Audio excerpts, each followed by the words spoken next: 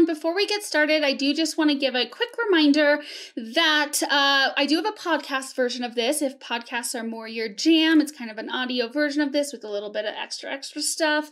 So if you're interested in that, it's AmourologyEd. You can find it wherever podcasts are found.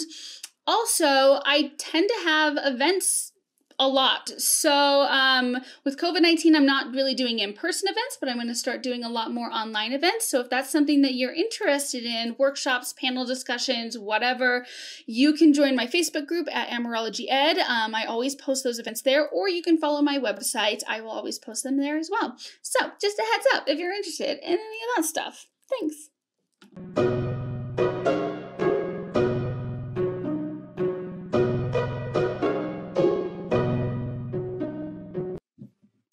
Everyone, and welcome back to AmourologyEd, where we do sex and alternative lifestyle education.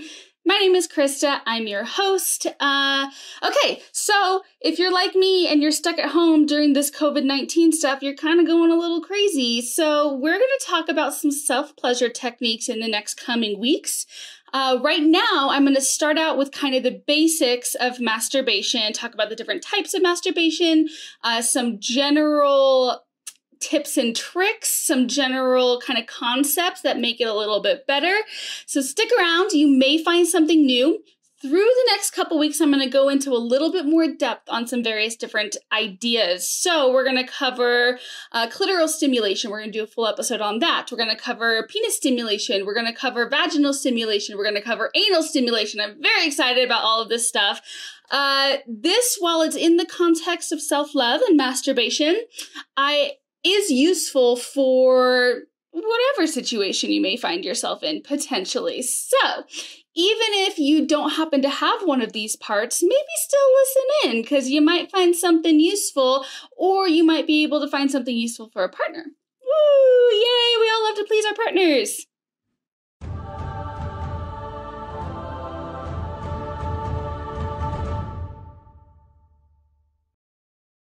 So I'm going to start off by answering some very basic questions just because I don't know who's listening to this and who needs to hear this stuff. So if this is old news for you, great. Maybe you'll find some language to teach other people. If this is new news for you, that's a hard sentence, awesome.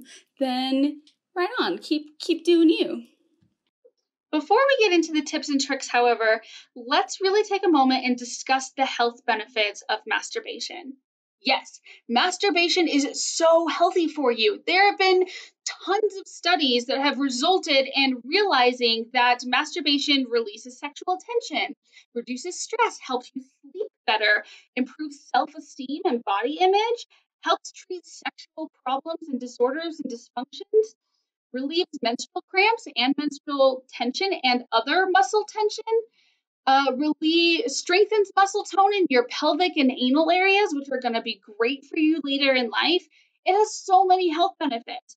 Plus, while it may not be an obvious health benefit, masturbation really lets you explore yourself and see what you like sexually.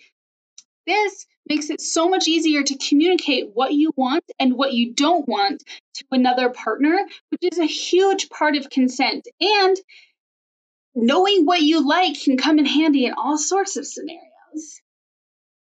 So, do people masturbate? Yes, lots of people masturbate. Even if they don't talk about it, the majority of people masturbate. Some people don't masturbate, and that's okay. But the majority of people do masturbate, and anybody can masturbate regardless of their age or gender, even before puberty. Oftentimes, adolescents or children even, or young children will discover their genitals and see that it feels good and start exploring that. And, great. It's all part of finding ourselves and our life and our bodies. People masturbate for lots of different reasons. Maybe they want to understand their body better. Maybe they want to release some sexual tension. Maybe they just want to release some stress and relax a little bit. Maybe it's just because their partner isn't around and they're frustrated. Maybe their partner is around and it's just different when you masturbate. People experience different types of orgasms when they masturbate. Or if you don't experience an orgasm, people experience different types of sensations. It's great. So there are lots and lots lots of reasons why people masturbate. It's okay to masturbate if you're in a relationship. Yes, that's great. If you have a partner that doesn't like you to masturbate, maybe have a conversation about that, because self-love is really important and very different sometimes.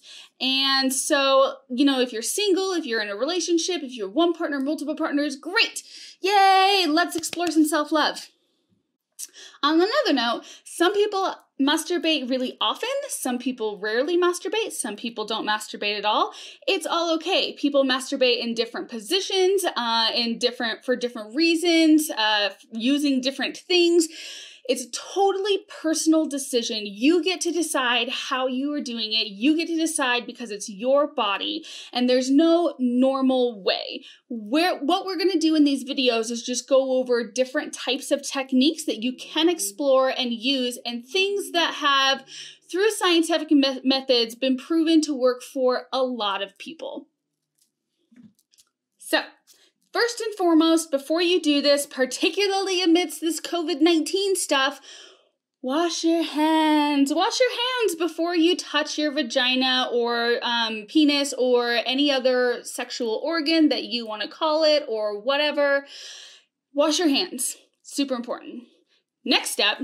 Wash your sex toys. Oh my gosh, okay. Sex toys can be really, really useful in self-pleasure, but make sure you're practicing proper sanitation. The general rule is wash before and after a session. Don't share sex toys with anybody else unless you have a way to sterilize them, or unless they can be sterilized. Some sex toys can't. We'll do a whole nother episode on that. Don't worry. But don't share sex toys among different partners. You can use condoms on a lot of sex toys. That's all great. Wash your sex toys. Practice proper hygiene in general. Next, set the mood. Oh my gosh, this is so important. To maybe think about turning the lights down. Maybe light a candle. Maybe put on some loud music. I don't know what gets you off. Set the mood. Find out what you like and create that for yourself, because after all, this is all about you. Add some lube. Okay, so people often think about lube when they're having some sort of intercourse or sexual encounter with another person, but they don't necessarily think about it when they're having sex with themselves. Lube can make things so much better no matter what you're using, whether you're using your hands or a tool or an item or a toy or whatever you want to do.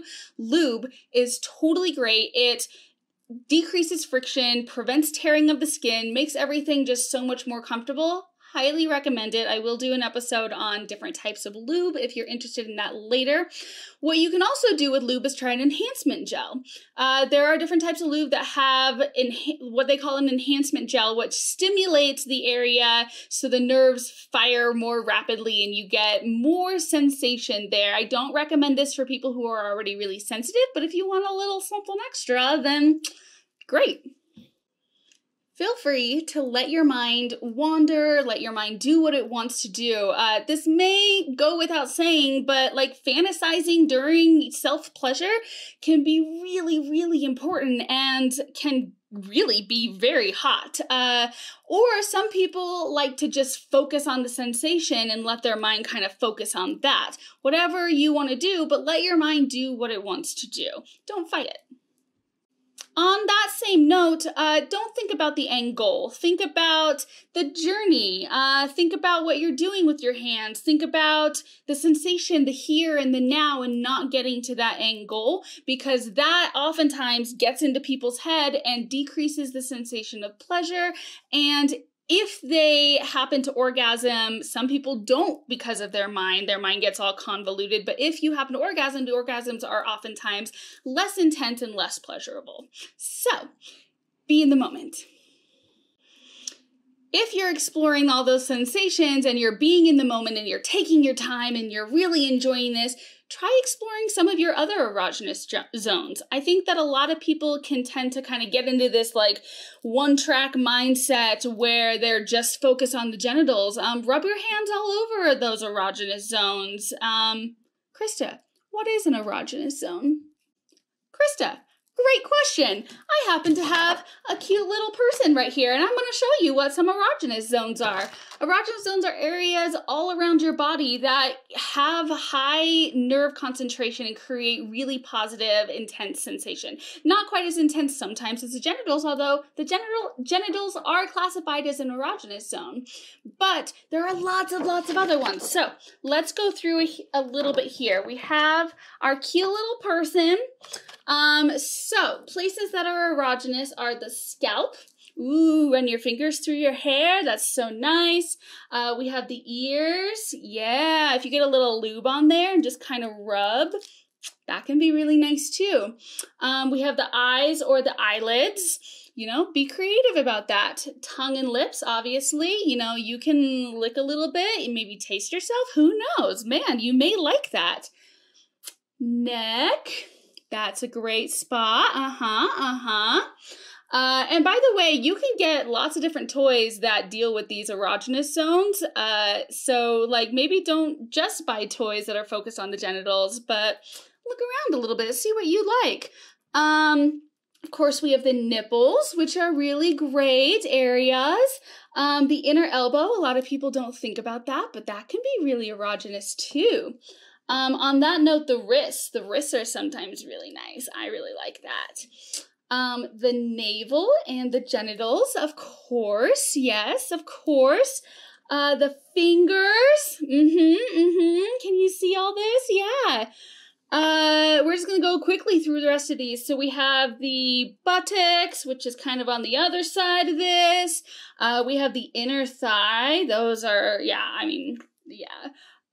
behind the knee. Sometimes those are really nice. The feet and the toes.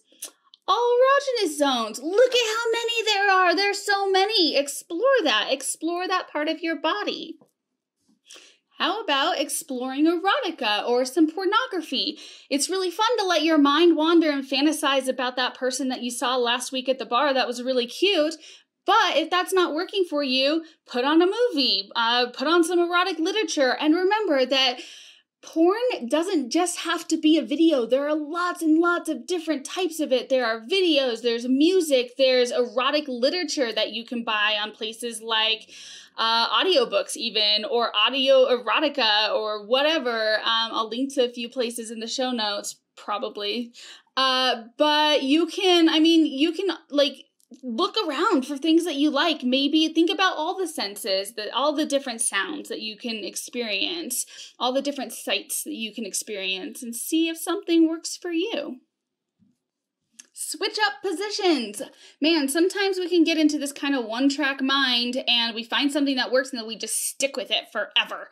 And maybe it worked for you yesterday, but it's not going to work for you today. Maybe there's something better today. Maybe it worked for you a couple of years ago and your body has changed and grown, and maybe that position is just, different now. And so switch up positions. Try different things. Try on your stomach. Try on your back. Try with your legs up in the air. Try sitting down, try standing against the wall. I'm not going to judge. Try different positions. You may be surprised. Along those lines, here's one that people don't think about. Try a different hand. Generally, people tend to be one-handed, and so they tend to use that hand all the time.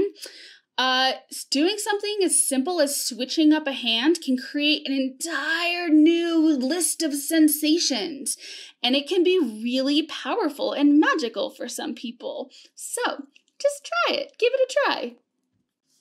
Move your hips along with whatever you're doing. Create a rhythm and a pattern. When I say this, a lot of people tend to think of people who have a vagina masturbating because they tend to move their hips more. But oh my God, penis owners, move your hips to it. I promise you, you might get something new out of it. Move your hips. So great.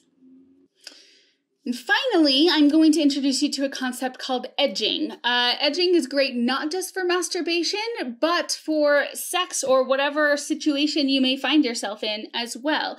This concept is kind of where you get very close to orgasming and then you just stop. You stop all sensation, you wait a couple minutes, a couple seconds, whatever you feel like you need to.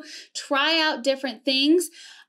And then you get going again and you get yourself back up almost to orgasm and then you stop. and you let everything calm down. You stop, your body stops reacting, and then you get going again. You can do this multiple times. You can do this once or twice. Change up how long you rest in between. Because find what works for you. It's different for everybody. But a lot of people report that when they use this technique, they have a deeper, better, more pleasurable, longer lasting orgasm, which who wouldn't want that? Okay, y'all, that's all I have for you for today. We're going to explore these concepts more in depth in the next couple weeks, and I'm going to go actually more in depth on techniques for various different body types. So again, next week, we're going to focus on clitoral stimulation. Then we're probably going to move to penis stimulation. I want to give the penis owners some love there too. Then we'll move to vaginal stimulation and anal stimulation. And don't forget during all of this that we want to keep doing our erogenous zones. And remember that you can do a combination of any of these too, and that's real nice. So, as always, you can find me at AmourologyEd.net. You can find me at AmourologyEd on Facebook, on all social media. If you want to join my Facebook group, I am getting ready to launch my first online panel discussion. I have some really excellent panelists lined up. The concept is sex and intimacy, including intimacy without sex. So if you're interested in that, join the Facebook group or look on my website for more information about how to join that panel, or the discussion anyway. And then I'm also launching this really cool new feature only on my Facebook group. If you're interested, you have to join my Facebook group, where we are going to start doing live readings of children's books having to do with sexual autonomy, consent, gender, race, sex education, puberty, various different types of stuff. The reason that I think this is valuable is because they have cute little picture books. It frames it in different ways. And I really find that if you frame it in these really simplified ways, sometimes it really speaks to some adults. And adults really need to hear some of this stuff. And sometimes you may actually learn something because, let's be honest, sex education is crap. So I'm going to start this. I have someone really talented lined up that kind of does this. It's kind of a hobby of hers, and she's amazing. So she's going to start reading these books to my Facebook group, and I'm real excited about that. That was a really long explanation of all of this. Sorry. Anyway, Patreon, you know the drill. Like and subscribe. Tell a friend. All the good stuff. Love you.